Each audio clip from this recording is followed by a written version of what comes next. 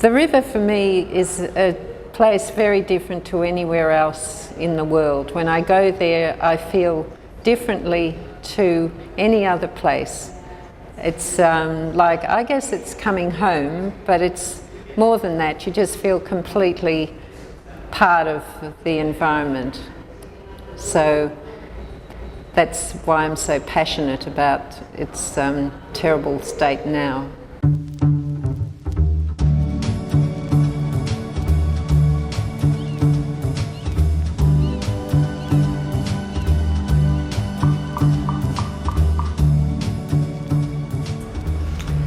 I see myself as an artist as a kind of witness, a person who interprets and hopefully gives insight on what's going on and how we might approach our relationship to nature.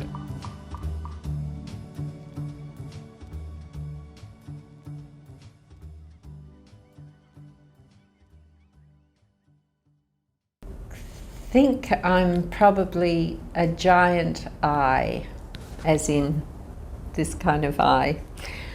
And the observational process that begins the work is really fundamental to it. This piece is called The River's Edge.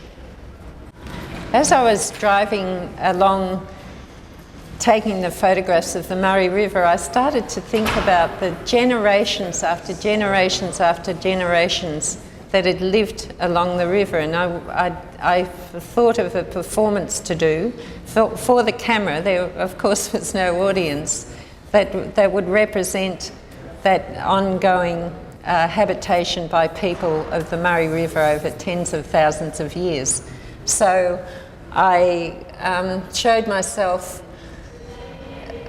crawling out of the river, lying on the river bank in different positions, and then crawling back into the river, walking back in, finally vanishing again, and then coming back out, going back in, coming back out. And as the time went by, the shadows on the water changed, showing the time going by. So it was a performance for myself, really.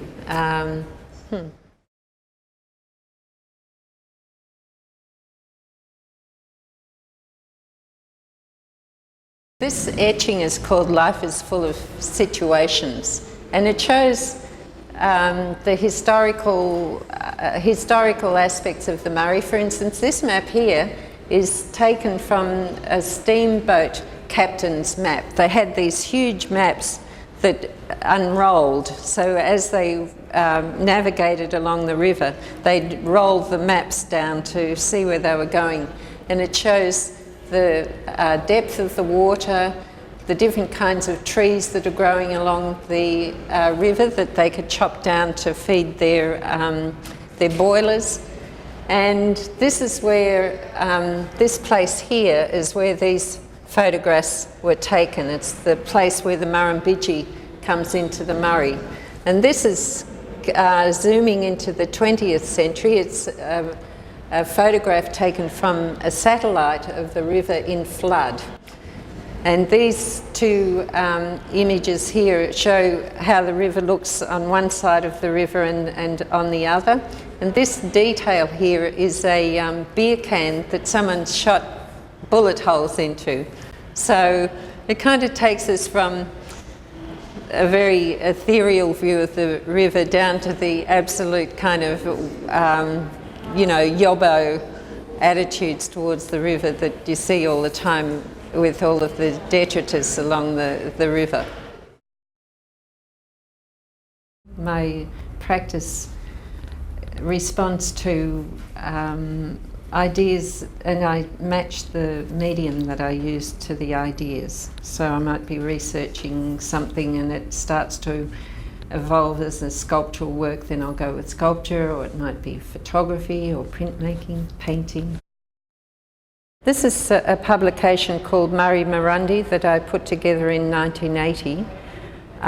It's two oral histories, one an Aboriginal family, Annie and Jack Coolmatree, who lived in Murray Bridge in South Australia, and my parents, Dulcie and Tom Ely.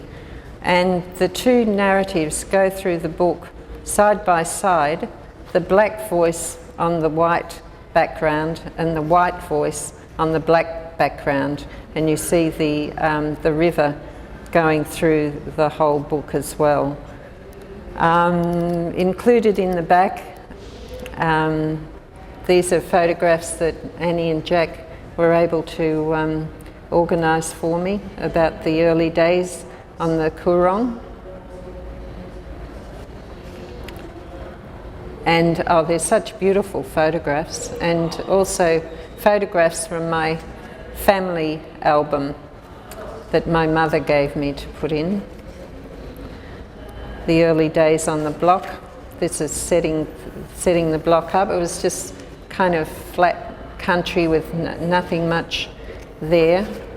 And also historical information that refers to incidents and historical events that are referred to in the oral histories.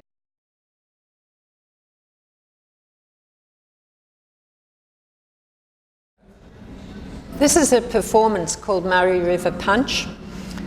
All the ingredients are the pollutants that were going into the river in the 70s. Oh, there's insecticide, weed killer, lots of salt, sewage and chlorine. The mixture was heated up, so this disgusting smell kind of filled the student union building at Melbourne University where I did the performance, but the whole recipe was delivered completely straight, as if it was a legitimate recipe. And after I'd finished making the punch, I put it onto trays and took it around and offered it to everybody, along with little cheese and biscuits. So it was a cooking demonstration like you would see in a department store.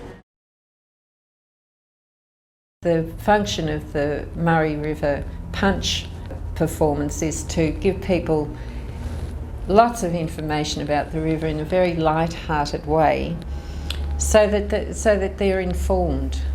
Yeah. I love going out bush on field trips and collecting all of the information and materials and taking photographs, doing drawings, all of that stuff. Making art for me is the place where I am most challenged and most engaged. It engages the whole person. I'm a maker. I think with my hands as much as I think with my head. And so when I'm in the studio fooling around, working things out, that's the place where I feel the most whole. I'm very much a sculptor. I think I paint like a sculptor, I take photographs like a sculptor, I make prints like a sculptor. In other words, I orientate towards form in space. Spatiality is really important to me. And when I take a photograph, I'm usually taking a photograph of either space or form or materiality of some kind. So the photographs are kind of archaeological in a way. They're looking for the detail, looking for the traces that we leave behind through our impact on the environment. These photographs here were taken in 1977, and these ones here were taken at exactly the same place in 2007, and the same here, across here, here, and here. So we have a comparison between, with a 30-year gap.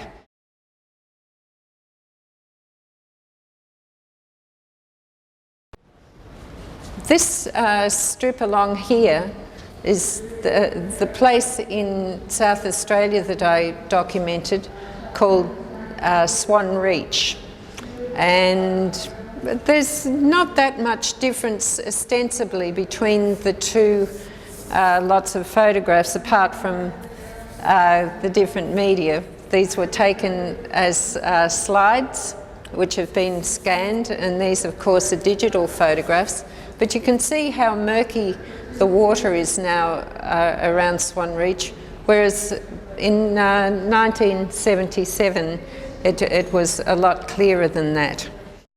With this one, the difference is really dramatic because the water's gone down so far that really it's just sludge. And this is the place called Bottle Bend, where the acid sulfate had contaminated the water, and you can see the incrustation of the snags with salt crystal.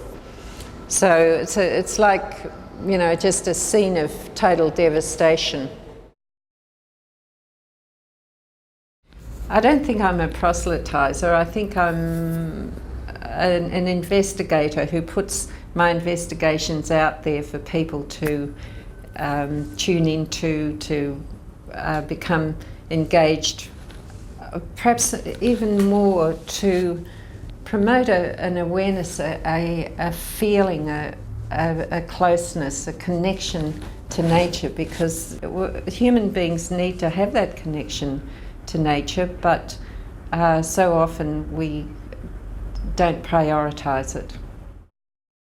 Yeah, I'm trying to place the viewer into the work and look at the way humanity is impacting on the environment.